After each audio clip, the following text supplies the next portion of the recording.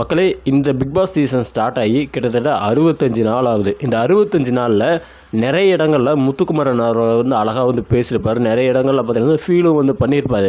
ஆனால் இத்தனை இடங்கள் அவர் வந்து பேசியிருந்தாலுமே, இத்தனை இடங்கள் அவர் வந்து ஃபீல் பண்ணியிருந்தாலுமே, எனக்கு நேற்று நடந்த அந்த ஒரு இன்சிடெண்ட் தான் எனக்கு வந்து ஒரு கொஞ்சம் வந்து கஷ்டமாக தெரிஞ்சுது. முத்துக்குமரன் இந்த அளவுக்கு ஃபீல் பண்ணுவாரா? அவர் ஃபீல் பண்ணால் கூட நம்மளுக்கு வந்து இதுக்கு முன்னாடி பெருசாக வந்து தெரியாது. பெருசாக அவர் வந்து ஃபீலும் வந்து பண்ணதும் கிடையாது. ஆனால் நேற்று அவர் பட்ட அந்த கஷ்டங்கள் அப்படின்னு பார்க்கும்போது நம்மளுக்கே வந்து ரொம்ப வேதனை. ஏடா இந்த அளவுக்கு அவன் வந்து எவ்வளோ ஃபீல் பண்ணுறானே அப்படின்னு சொல்லிட்டு நம்மளுக்குள்ளே வந்து ஒரு எண்ணம் வந்து வந்தது. என்ன நடந்தது அப்படின்னு பார்த்தோம் அப்படின்னா, நேற்று நம்ம முத்துக்குமரன் வந்து மேனேஜர்லேருந்து ஒர்க்கர்ஸ்க்கு வந்து மாற்றப்படுறாரு.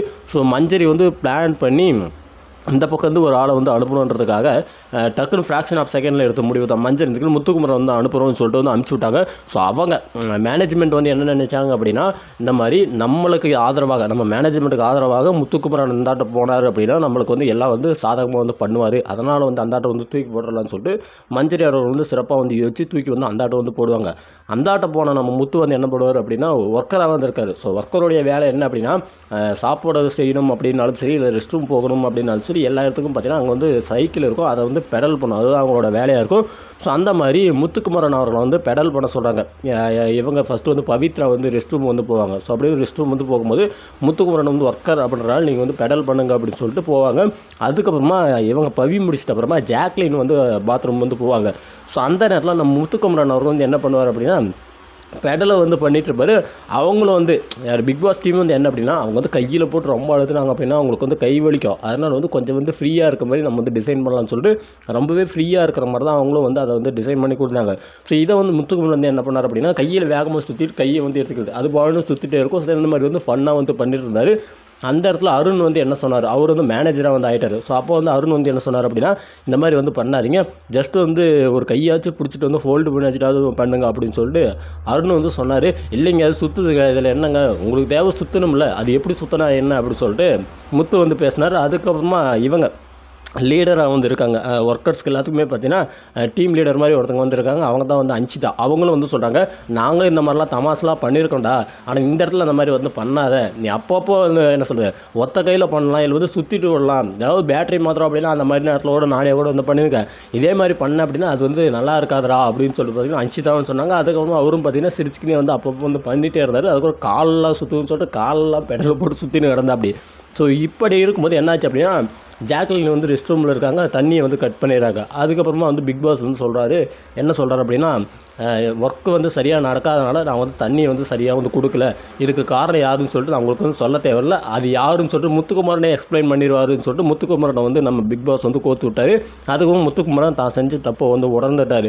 அதுக்கப்புறமா பிக் பாஸ் வந்து என்ன சொல்கிறார் அப்படின்னா, மேனேஜ்மெண்ட் டீம் எல்லோரும் சேர்ந்து முத்துக்குமரனுக்கு வந்து பனிஷ்மெண்ட் வந்து கொடுக்கலாம் அப்படின்ற இந்த ஒரு விஷயத்தை வந்து சொல்லிட்டு போயிடறாங்க. உடனே நம்ம முத்துக்குமரன் வந்து ஆர்குமெண்ட் வந்து பண்ணல. ஓகே, நம்ம வந்து விளையாட்டுத்தனமாக பண்ணோம், ஸோ அது நம்ம மேலே இருக்கக்கூடிய ஒரு தவறு தான், நம்ம பண்ண தப்பால் அங்கே வந்து தண்ணி வந்து கட்டாக இருக்குன்றப்ப ஸோ அதுக்கான முழு ரெஸ்பான்சிபிலிட்டியும் நம்ம தான் வந்து எடுத்துக்கணும் அப்படின்னு சொல்லிட்டு நம்ம முத்துக்குமரன் வந்து ஒத்துக்கிறாரு. அந்த இடத்துல இவங்க ஜாக்லின் வந்து ஒரு பனிஷ்மெண்ட் வந்து கொடுக்குறாங்க. என்ன அப்படின்னா, நான் இப்போ வந்து சாப்பாடு செய்ய போகிறேன், அதனால் முத்து நீ வந்து என்ன பண்ணுற அப்படின்னா போயிட்டு வந்து பெடல் பண்ண போகிற அப்படின்னு சொல்லிட்டு நீ போய் பெடல் பண்ணு அப்படின்னு சொல்லிட்டு முத்துக்கிட்ட வந்து ஜாக்லின் வந்து சொல்கிறாங்க.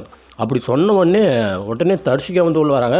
அவர் தப்பு பண்ணிட்டாரு, அவர் தப்பு பண்ணவருக்கு வந்து நீங்கள் வந்து பனிஷ்மெண்ட் கொடுக்குறத விட்டு அவருக்கு என்ன இந்த மாதிரியான பனிஷ்மெண்ட் வந்து கொடுக்குறீங்க, ஒருவேளை அவர் பெடல் பண்ணி தான் நீங்கள் வந்து சாப்பாடு செய்வீங்க, அந்த சாப்பாடு வந்து நான் சாப்பிடணும் அப்படின்னா அப்படிப்பட்ட சாப்பாடு எனக்கு வந்து தேவையில்லை அப்படின்னு சொல்லிட்டு பார்த்தீங்கன்னா பனிஷ்மெண்ட்டு கொடுக்குறாங்க. சைக்கிளில் பெடல் பண்ணுங்கன்றது பனிஷ்மெண்ட்டு, போய் பெடல் பண்ண சொல்கிறாங்க. நான் வந்து சாப்பாடு செய்ய போகிறேன்றாங்க.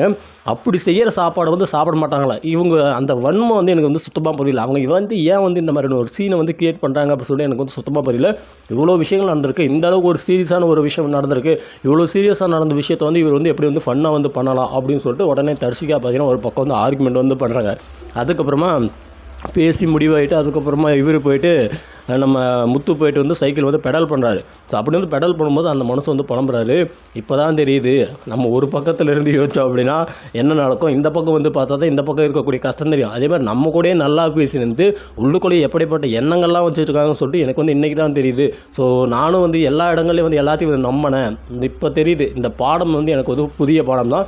இதன் மூலயமா நான் நிறைய அனுபவங்களை வந்து கற்றுக்கிறேன். இங்கே வந்து எந்த மாதிரியான ஆட்கள் வந்து கூட பழகிட்டு இருக்காங்க அப்படின்ற இந்த ஒரு புரிதல் எனக்குள்ளே வந்து வருது அப்படின்னு சொல்லிட்டு அந்த மனுஷன் ஃபீல் பண்ண அந்த ஒரு விஷயத்தையும் நம்மளால் வந்து பார்க்கும்போது அதேமாதிரி நான் வந்து ஒருத்தங்களை வந்து கண்மூடித்தனமாக வந்து நம்ப மாட்டேன். யாராவது ஒருத்தங்க வந்து நெருங்கி வராங்க அப்படின்னாலுமே நான் வந்து விலைக்கோட தான் வந்து பார்ப்பேன். சாச்சனாவே என் கூட வரும்போது கூட நான் வந்து என்ன நினச்சேன் அப்படின்னா, அந்த பொண்ணு வந்துச்சு அப்படின்னா என் ஆட்டமும் வந்து க்ளோஸ் ஆயிரும்னு சொல்லிட்டு அந்த பொண்ணு கூட வந்து பழகாம இருந்தேன். யாராவது ஒருத்தங்க வந்து என் கூட வந்து பாண்டிங் ஆகிட்டாங்க அப்படின்னா அவங்களோட பிரிவு நினச்சி நான் வந்து ரொம்ப கஷ்டப்பட்டுருவேன். அந்த மாதிரி தான் சாட்சி நான் வந்து வரும்போது நான் வந்து ஏற்றுக்க மாட்டேன். ஆனால் வந்த பிறகு அவங்கள வந்து விட்டு விலகிறதுக்கு எனக்கு வந்து ரொம்ப கஷ்டமாக இருந்தது. அவங்க வெளியே போகும்போது நான் வந்து கண்கலங்கன்னு சொல்லிட்டு நம்ம முத்து ஃபீல் பண்ண அந்த விஷயத்தை நம்மளால் வந்து பார்க்க முடியுது. இந்த இடத்துல தர்சிகா இந்த மாதிரி சொன்ன விஷயங்கள் வந்து எனக்கு வந்து சுத்தமாக பிடிக்கல. உங்களுடைய கருத்துக்கள் என்ன அப்படின்னு வந்து மறக்காமல் கமெண்டில் போடுங்க.